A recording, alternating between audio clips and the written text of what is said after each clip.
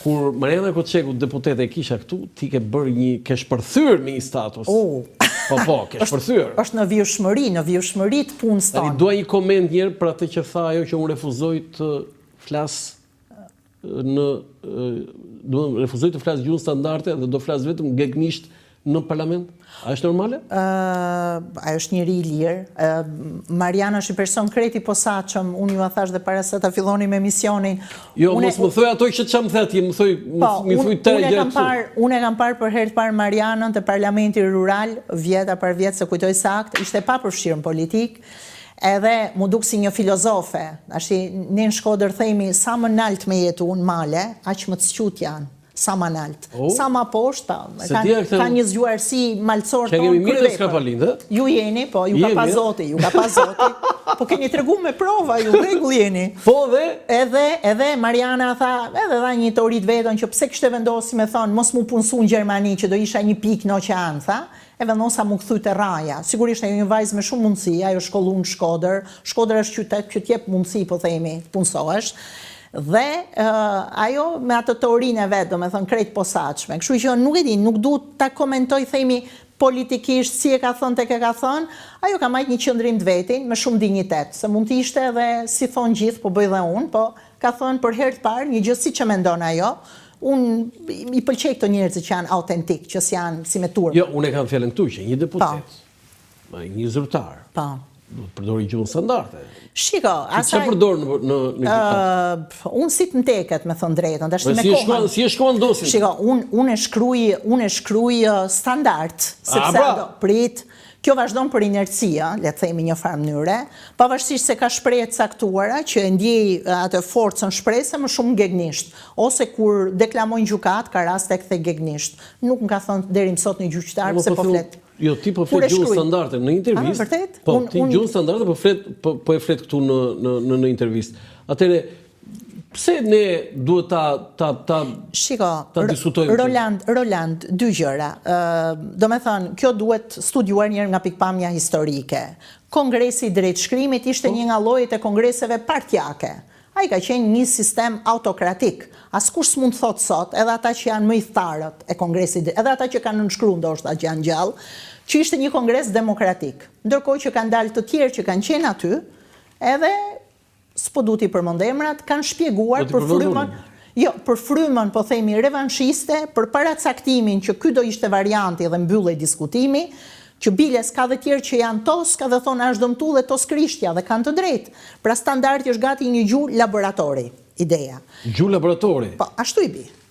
Edhe është gjuhë laboratori. Kështu që ka dëmtu, për shembull, po të lexojmë vepra të tjera, unë lexoj me ëndje edhe Konicën edhe Nolin. Ka një tos krishte shumë bukur, me thënë vërtetën, është shumë e rrjedhshme, ka muzikalitetin e vet, e kështu me radhë. Çështja shtrohet këtu, që gegnishtja u vu në pozita totalisht të diskriminuara, do me thonë, as mund shkruje gegnisht, as mund flisje gegnisht, biles ke dhe problem, ku di unë, edhe kur shprehesh, po themi kot, nëse bje dera në shtëpi, nëse je në Shkodër, edhe kush shkodrant e hapin. Kush është, a kupton, edhe nga pikpamja të folurit, është e vështirë. Po tallesh me ne tos këtë. Jo, nuk tallem. Po kush është? Jo, po nuk shumë e rënd. Po në fakt. Është rënd, a? Po ne duam që të jemi më të amël.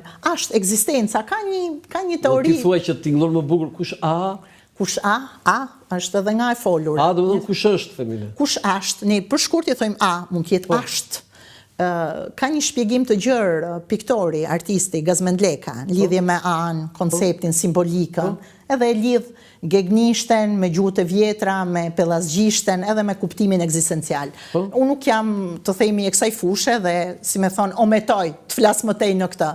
Por du ta lidh me kushtetutën, këtë që ka thënë deputetja në fjalë.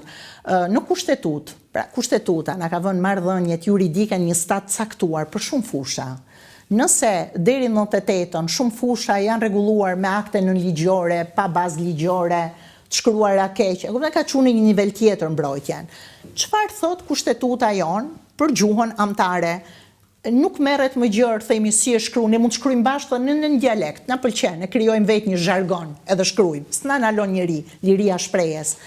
Neni 14.1 gjua zyrtare në Republikën e Shqipërisë është Shqipja, thot kushtetuta. Ma tregon se në aspektin juridik unë asnjëherë nuk kam dëgjuar dikush ta komentoj gjuhën standarde në aspektin juridik. Do ti thuaj që ka probleme juridike.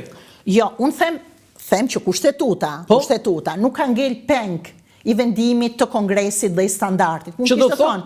E ka ngritur një nivel më të lartë, Shqipja, thot, dhe jo më kohë. Jo, ma lexon si është neni? Po pra, neni 14.1. I kushtetutës. Gjua zyrtare e Republikës së Shqipërisë është Shqipja, kaq.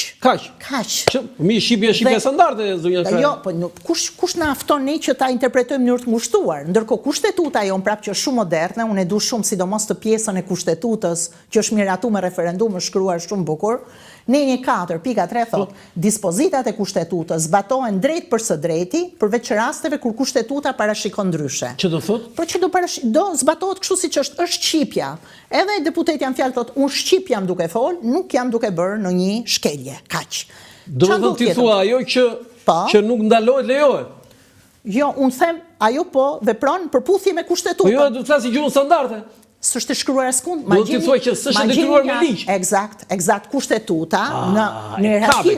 Po ju avokatët nxirrni vrasit i nxirrit pafajshëm, jo këtë të gegmishtes. Po, çfarë them nganjëherë duan. Do të ti ke kapur një hapësirë. Tani, zonja Kraja, më lë të, domethënë, ju më sotë, unë e kam në shtëpi, është shumë interesant, drejtshkrimi i gjuhës shqipe i vitit 1973, se Kongresi u mbajt 72-shin.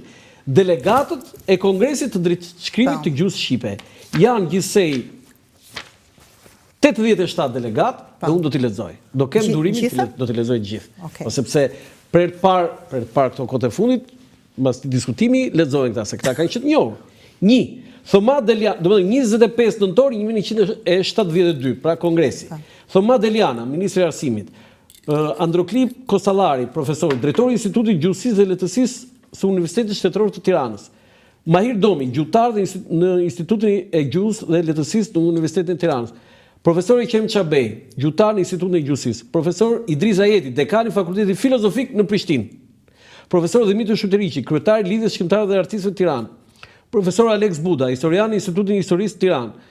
Doktor Recep Qosja, nga Prishtina, drejtori i Institutit Albanologjik. Profesor Shaban Demira, pedagog i gjuhës shqipe në Fakultetin e Historisë Filologjisë në Universitetin e Tiranës. Lirak Dotbigba, gjuhëtar në Institutin e Gjuhësisë. Kol Koci, mësuesi i popullit Tiranë. Remzi Nesimi, pedagog i gjuhës shqipe në Akademinë Pedagogjike Shkup. Domethënë kemi pasur edhe nga shqiptarët e Maqedonisë. Gjorgji Gjinari, gjuhëtar në Institutin e Gjuhësisë, Tiranë. Anastas Dodi, zëvendës dekan i Fakultetit të Historisë Filologjisë Universitetit të Tiranës. Emil Lafe, gjuhëtar në Institutin e Gjuhësisë dhe Lehtësisë të Universitetit të Tiranës. Jub Kastrati, pedagog i gjuhës shqipe në Institutin Pedagogjik në Shkodër. Ja pra ju shkodrantë kemi pasur këtu. Angel Angoni, specialist i gjuhës shqipe në Ministrinë e Kulturës në Tiranë, Arsimit dhe Kulturës. Ali Abdi Hoxha, drejtori i shtëpisë botuese në Infrashit të Tiranë. Luigi Franja, mësuesi i gjuhës shqipe, lehtësisë shqipe Shkodër. Ja pra, shkodranët. Josif Ferrari, studius arbëresh, profesor i gjuhës shqipe në Universitetin e Barit. Ahmet Kelmendi, pedagog i gjuhës shqipe në Shkollën e Lartë Pedagogjike Prishtinë, nga Kosova. Ahmet Limani, mësuesi i gjuhës dhe lehtësisë shqipe Mamurrës. Mësuesi i gjuhës shqipe Mamurrës, kjo është e çuditshme. Ajet Bytyçi, pedagog i gjuhës shqipe në Shkollën e Lartë Pedagogjike Prizren. Ali Dhrimo, gjuhëtar në Institutin e Gjuhësisë Tiranë. Bari Beci, gjuhëtar në Institutin e Gjuhësisë dhe Lehtësisë Universitetit Shtetëror i Tiranës, po shkodranë. Bajram Ajrullaj, babai i Benet Becit. Pedagog i gjuhës shqipe në filialin e Universitetit të Tiranës Vlorë. Bedri Dedja, zëvendës ministri i Arsimit. Besim Vokshi, pedagog në Gjakov. Dalan Shapo, që të kaloi shpejt në Tiranë. Drita Garuci në Shkodër, mësuese gjuhës shqipe në Shkodër. Dritroa Golli, shkrimtar Tiranë. Dhimitër Samara, Tiranë. Dhori Qiriazi Ersek, shkrimtar.